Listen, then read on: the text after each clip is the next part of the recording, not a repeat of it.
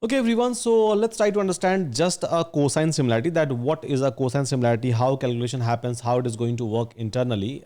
So just by taking some sort of a mathematical calculation. So here, if I have to explain you a cosine similarity, so cosine similarity. So maybe I can try to explain you in this way. So cosine similarity is going to measure an angle between two vector. For example, so we have, let's suppose, a vector A and we have basically a vector B. So at the end of the day, it is going to give me, or it is going to like measure a cos theta between these two vector A, let's suppose, and a vector B, as simple as that. So this is something that it is going to measure. So the simple point over here is that if angle between these two vectors are small, in that case these two vectors are more similar to each other, and as this angle will widen up, or as this angle will grow between these two vectors, it simply means that dissimilarity between these two vectors are increasing, as simple as that. So angle should be small as possible, so that vectors will be similar, and if angle is far away, so in that case vectors are not similar at all.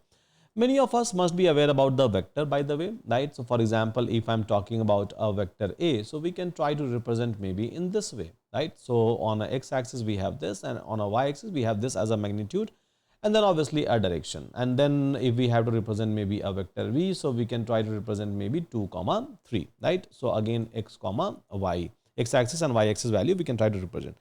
So these are the two vector, and then maybe we can try to like find out how like similar these two vectors are just by talking about the angles between these two vectors.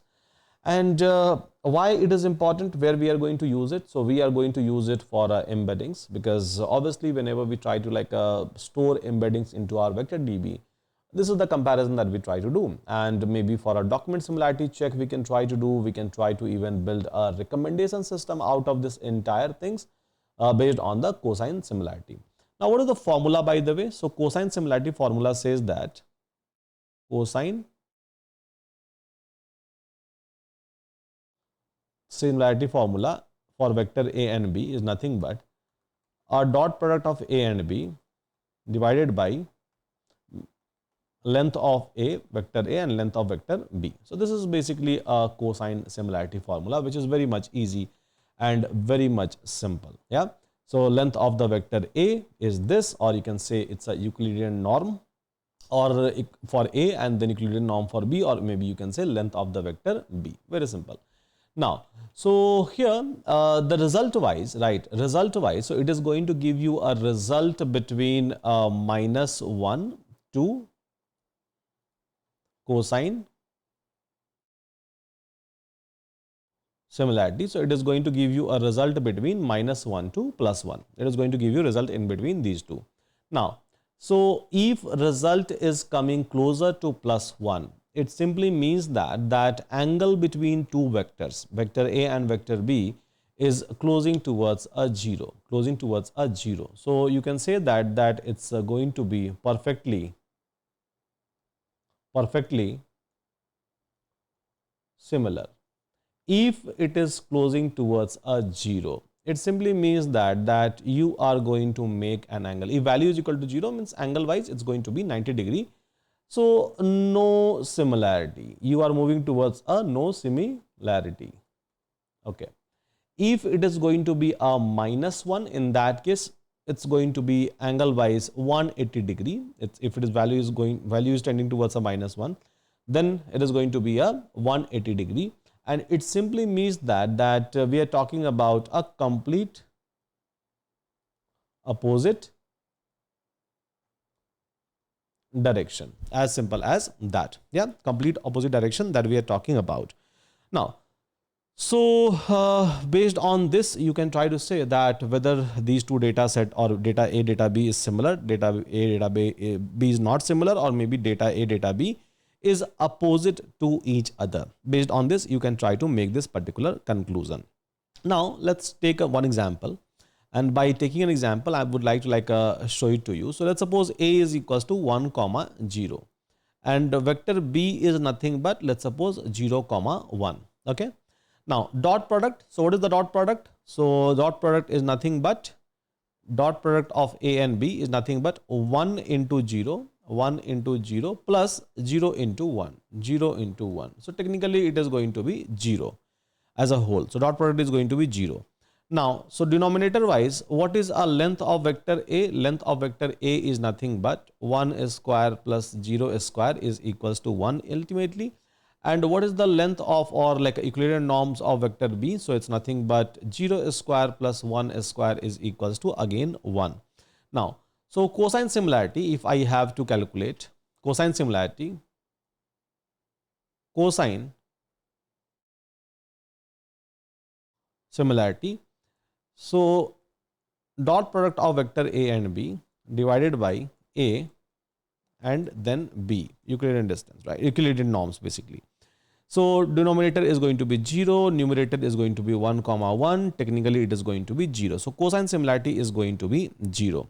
It simply means that no similarity between vector A and a vector B. Both are perpendicular to each other. So both are going to make a 90 degree. So this is the value. This is not the degree, by the way. This is going to give me a value. This entire equation is going to give me the value. Now, here, if I would like to calculate what is the value of cos 0, right? What is the value of a cos 0? So, or what is the degree for a value cos 0? So, it is going to give me basically a 90 degree, as simple as that. Okay, so cosine similarity 0 means simply means that there is an angle of 90 degree between A and B vector. So, basically there is no similarity that we are able to find out, right? So, there is no similarity. We can make that as a conclusion that, okay, so angle between vector A and vector B is basically 90 degree, because the cosine similarity value that we are able to observe over here is basically a 0. So here I would like to create a chart basically. I would like to basically create a chart. So inside this chart, I would like to write something. So here, angle between vector cosine similarity value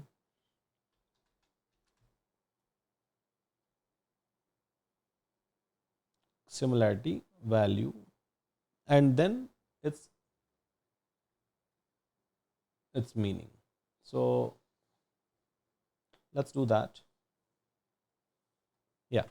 So let's suppose angle between vector is basically 0 degree. So cosine similarity value is going to be approximately close to +1. Yeah. So it's, if 0 degree, it simply means that +1. +1 means, so same direction and maximum, I can say, similarity. Yeah, maximum similarity, because there is angle 0 degree or closing towards a 0 degree. Let's suppose angle is 60 degree, means value will be, cosine similarity value will be closer to or around 0.5, or you can say that moderate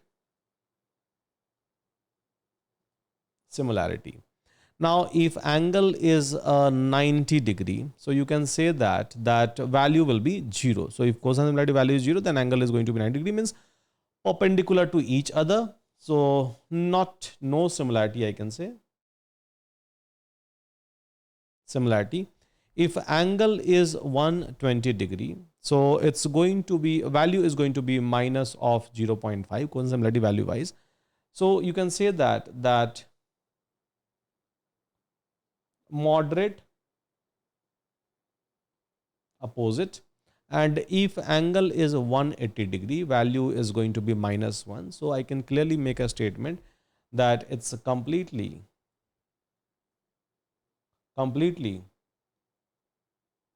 opposite to each other, right? Completely opposite to each other. So this is where the cosine similarity, like conclusion, you can try to find out, and based on this you can say that whether two vectors are similar to each other, two vectors are not similar to each other. calculation wise, it's a very easy calculation. You all will be able to find out. It's nothing, right? It's nothing. And majority of database, vector database especially, are going to support this cosine similarity inside a particular cluster. Depends like how they are dividing the data, what it is going to do with respect to the indexing of the data. But yeah, this is something that you all will be able to find out. So hope all of you are able to understand a cosine similarity, how it works actually. And then we are going to see a lot of practical example going forward in my upcoming lecture. With that, thank you so much everyone. Take care and see you again in my lecture.